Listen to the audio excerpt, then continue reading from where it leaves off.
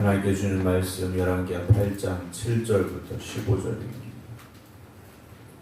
구약성경 574쪽입니다. 열왕기하 8장 7절부터 15절입니다.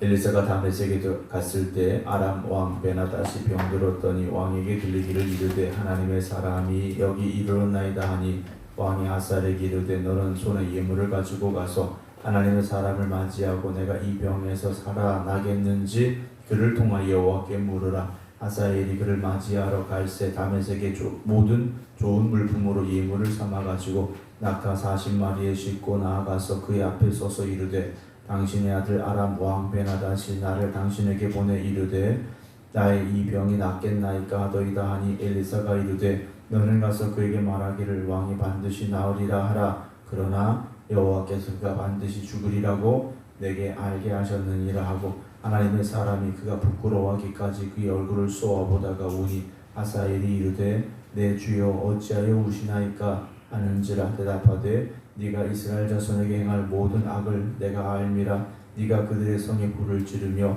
장정을 칼로 죽이며 어린아이를 맺히며 아이벤 부녀를 가르리라 하니 하사엘이 이르되 당신의 개 같은 종이 무엇이기에 이런 큰 일을 행하오리까 하더라. 엘리사가 대답하되 여호와께서 네가 아람 왕이 될 것을 내게 알게 하셨느니라 하더라. 그가 엘리사를 떠나가서 그의 주인에게 나아가니 왕이 그에게 묻되 엘리사가 네게 무슨 말을 하더냐 하니 대답하되 그가 내게 이르기를 왕이 반드시 살아나시리다 하더이다 하더라. 그 이튿날에 하사엘 이불을 물에 적시어 왕의 얼굴에 덮음에 왕이 죽은지라. 그가 대신하여 왕이 되니라. 아멘. 할렐루야. 오늘 열왕기하 8장 7절부터 15절 말씀인데요. 오늘 본문에 이제 아람 왕이 베나다시 병들었습니다. 그래서 죽어가고 있는 상황이 됐습니다. 그때 마침 엘리사가 다메섹에 가 있었는데 이 아람 왕 베나다시 하나님의 사람이 여기 이르렀다라는 소식을 들었습니다. 엘리사가 이 다메섹까지 왔다, 사마리아에서 여기까지 왔다라는 소식을 들었습니다. 엘리사가 왜 다메섹까지 가는지는 알 수 없습니다만 그의 발걸음을 하나님께서 인도하셨기 때문에 거기까지 가게 되지 않았을까라고 우리가 생각해 볼 수 있는데요. 왜냐하면 베나다시 엘리사에게 하사엘을 보내서 묻게 되고 하사엘에게 오늘 엘리사가 또 그의 되어질 일에 대해서 예언하고 있는 모습을 볼 때 하나님께서 이 또한 그의 발걸음을 인도하셨기 때문이다 라고 생각할 수 있어야 되고요. 그렇게 본다면 오늘 저와 여러분들의 발걸음 역시 하나님의 인도하심 가운데서 내가 왜 이 자리에 있고 또 내가 이 사람을 왜 만나고 있는지 또 내가 이 일을 왜 하고 있는지에 대한 생각을 하면서 우리가 살 수 있어야 됩니다. 물론 모든 것에 다 하나님의 뜻이 무엇일까 고민하라는 말씀은 아니에요. 그러나 우리가 크게 한번 생각해 볼 때 내가 오늘 이 하루 살아가면서 하나님께서 나에게 이 하루를 왜 주셨을까? 라는 우리의 고백에서부터 시작이 되어진다면 분명히 오늘 이 하루도 여러분들에게 있어서 은혜의 날이 될 것이고 또 하나님 주는 사명을 감당하는 사명자의 삶이 될 수 있으리라 말씀을 드립니다. 이 베나다시 병들었습니다. 그래서 엘리사에게 사람을 보내서 묻게 되는데 8절 보면 하사엘이라는 사람이 등장을 합니다. 하사엘에게 너는 손에 예물을 가지고 가서 하나님의 사람을 맞이하고 내가 이 병에서 살아나겠는지 그를 통하여 여호와께 물어라 라고 명령을 내립니다. 내가 지금 병이 너무 깊어서 내가 죽을지 살지 모르겠는데 가서 좀 물어봐라 라고 보냈습니다. 그래서 9절에 하사엘이 엘리사를 만나러 가는데 다메섹의 모든 좋은 물품으로 예물을 삼아가지고 낙타 40마리에 싣고 갔다라고 되어 있습니다. 이건 보통의 예물이 아니죠. 낙타 40마리에 실을 정도면 상당히 많은 예물을 가지고 갔습니다. 근데 우리가 한 번 더 생각해 봐야 되는데 열왕기하 1장을 시작할 때 어떤 일이 있었는가라는 거죠.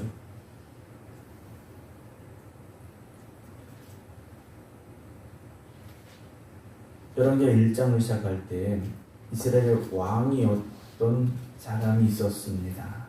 아하시아라는 왕이 있었는데 이 사람이 난간에서 떨어졌습니다. 난간이 떨어졌는데 내가 이걸 어떻게 될지 물어보러 어디로 보냈느냐라는 거죠.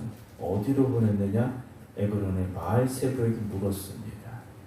하나님의 백성이었던 이스라엘의 왕 아하시아는 오히려 우상에게 물었는데 오늘 아람의 왕은요, 베나닷은 하나님의 사람에게 묻고 있다는 거죠. 하나님에게 물어야 될 사람은 우상에게 물었고 우상에게 물을 것 같은 사람은 하나님의 사람에게 묻고 있다는 겁니다. 여러분, 오늘 우리의 신앙은 정말 하나님만 바라보고 하나님만 의지하는 신앙입니까? 예전에 어떤 통계를 보니까요, 그 점을 보러 다니는 사람들 중에 대다수가 기독교인이다라는 웃지 못할 이야기가 있었습니다. 여러분, 우리가 이 기도하는 시간에 정말 하나님의 뜻을 구하고 또 하나님의 인도하심을 믿을 수 있는 그런 우리의 믿음 되어져야 됩니다. 그냥 우리가 이름만 크리스찬이 아니라 정말 하나님께 모든 것 맡기고 나는 그리스도의 사람입니다 라고 고백할 수 있어야 우리가 크리스찬이라고 말할 수 있다라는 거죠. 이렇게 예물을 보내면서 묻습니다. 나의 이 병이 낫겠습니까? 라고 묻습니다. 내가 이 병이 낫겠습니까? 라고 물었는데 어찌 보면 조금만 말이 바뀌었더라면 얼마나 더 좋았을까. 하나님, 나의 모든 잘못을 용서하시고 나를 이 병에서 구원해 주시고 살려주시옵소서, 나의 병이 낫게 해주시옵소서 라는 모습이었더라면 역사는 또 어떻게 바뀌었을까라는 생각을 해보게 됩니다.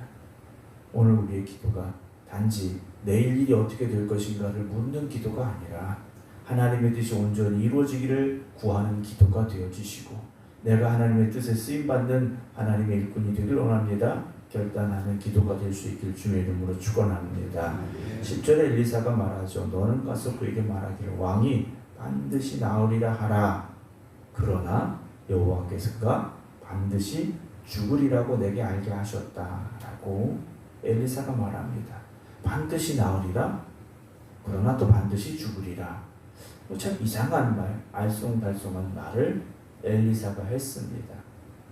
그리고 나서 11절에 엘리사가 엘리사에게 물으러 온 하사엘을 쳐다보는데 그가 부끄러워하기까지 그의 얼굴을 쏘아보았다라고 되어 있습니다. 그냥 쳐다본 것이 아니라 쏘아보았다라고 됐는데 그리고 그 다음에 어떻게 했느냐?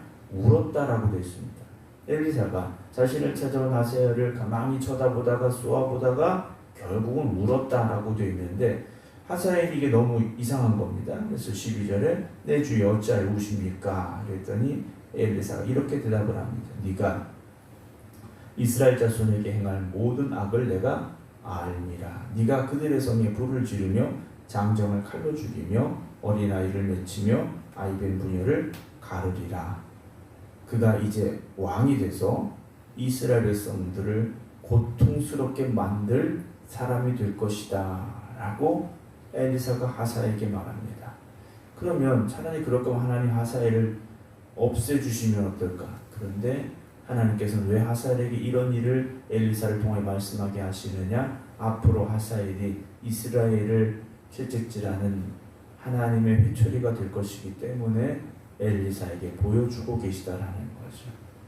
하나님께서는요, 하나님의 마음이 아프시지만 이스라엘 백성들을 향하여 회초리를 드실 때가 있었다라는 겁니다. 오늘 우리를 향하여서도 하나님은 동일한 마음을 가지고 계실 겁니다. 때로는 하나님의 마음이 아프셔도 우리가 가는 길이 잘못되고 방향이 잘못되었다면 우리를 돌이키게 하시기 위해서 우리에게 회초리를 드실 수도 있다라는 거죠. 믿음의 사람들은 만사형통만 생각해서는 안 됩니다. 여러분, 만사형통 되면 우리가 어느 길로 갈 것인가? 지금 우리가 이 새벽에 나와서 기도할 수 있을까? 그렇지 못할 수도 있고 하나님을 향하여 등지고 뒤돌아설 수도 있고 우리가 더욱더 교만해질 수도 있다는 거죠. 오늘 우리가 하나님 앞에 더욱더 겸손함으로 하나님의 뜻을 구하며 기도할 수 있는, 그래서 하나님이 이끄시는 길로만 갈 수 있는 우리 모두가 되기를 주의 이름으로 축원합니다. 13절에 하사엘이 말합니다. 당신의 개 같은 종이 무엇이기에 이런 큰 일을 할 수 있겠습니까? 그래요. 두 가지 의미입니다. 나는 당신에게 개 같은 종이다 라고 되어 있습니다. 나는 그런 존재인데 어떻게 할 수 있겠는가 라는 의미고, 두 번째는 내가 그래도 사람이라면 내가 어떻게 그런 일을 할 수 있겠는가 라는 의미로 생각해 볼 수 있는데, 결국 어떻게 되느냐? 하사엘이 그런 왕이 되고 만다라는 겁니다. 그러면서 엘리사가 말하는데, 네가 아람 왕이 될 것을 하나님이 나한테 알게 하셨다 그래. 아니, 왕이 엄연히 있는데 내가 어떻게 왕이 될 수 있을까? 그런데 이어지는 말씀을 보면 14절에 그 엘리사를 떠나가서 그의 주인에게 나아가니 왕이 그에게 묻되 엘리사가 네게 무슨 말을 하더냐 하니 대답하되 그가 내게 이르기를 왕이 반드시 살아나시리다 했습니다 라고 대답해요. 엘리사가 한 말이 뭡니까? 반드시 살리라, 그러나 반드시 죽으리라 그랬거든요. 근데 앞에 얘기만 하고 뒤에 얘기는 하지 않았습니다. 그리고 이어지는 15절, 바로 그 다음 말입니다. 하사엘이 이불을 물에 적시어 왕의 얼굴에 덮으며 왕이 죽었다라고 되어 있습니다. 왕을 암살했다라는 거죠. 그럼 이 생각이 엘리사의 말을 듣고 나서 생긴 생각일까? 그럴 수도 있겠죠. 그러나 이미 그의 마음속에는 왕을 죽이고 내가 왕이 되어야 되겠다라는 생각이 있었던 것 같습니다. 사랑하는 성도 여러분, 오늘도 우리가 살아가는 삶 속에 하나님이 나의 왕이 되시고 나는 그 하나님의 말씀에 온전히 순종하여 하나님에게 쓰임받는 사람이 되기를 원합니다 라는 그런 우리의 신앙의 고백이 분명히 있어야 됩니다. 나는 지금 어디를 향해 가고 있는가 라는 거죠. 하나님은 내 생각과 내가 뜻하는 바를 다 알고 계시는데 하나님이 모르시는 것처럼 착각하고 내 욕심대로 살아가려 하고 있었다면 오늘 새벽에 우리가 다시 한번 내 모든 걸 내려놓고 하나님의 뜻을 구할 수 있는 여러분들이 되기를 주의 이름으로 부탁을 드립니다. 만물보다 거짓되고 심히 부패한 것이 사람의 마음이라 예레미야서는 말씀을 하고 있습니다.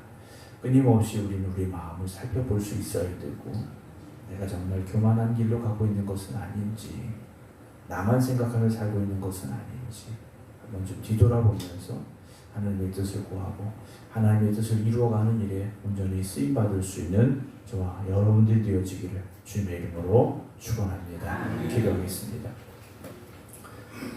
여름 성경학교가 하나님의 은혜로 충만하기를 기도합니다. 김정호 장로님, 이숙자 권사님 예물 드립니다. 기대진 예물 또 간절한 기도에 하나님 응답하시사 오늘과 내일 여름 성경학교가 하나님의 은혜 가운데 잘 진행되어지게 하시고 하나님의 복음이 선포되어지는 귀한 시간 되게 하여 주시옵시며, 주님을 알지 못하던 어린아이들이 또 주님을 만날 수 있는 은혜의 시간 되게 하여 주시옵소서.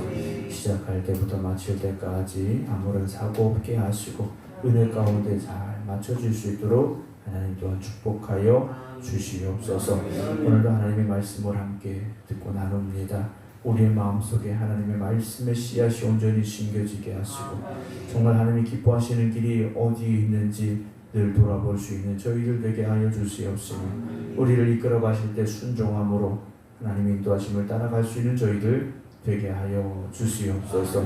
오늘도 혹시나 우리의 마음이 세상을 향하고 있었고 또 우리의 마음속에 세상의 욕심이 자리 잡고 있었다면 성령님 우리 안에 함께 하시고 역사하여 주시어서 우리를 정결하게 하시고 새롭게 하여 주시어서 온전히 하나님만 바라보며 하나님이 기뻐하시는 길로만 나아갈 수 있는 삶이 되게 하여 주시옵소서. 역사의 주관자가 되시는 하나님이 우리를 이끌어 가실 때 우리가 그 하나님에게 쓰임받는 사람이 되어질 때 믿음의 역사를 이루어갈 수 있음을 또한 고백합니다.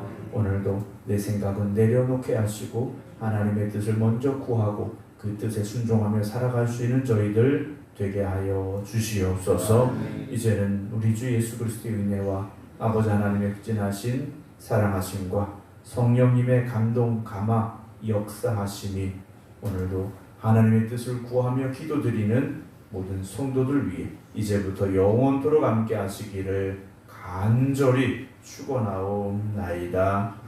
아멘.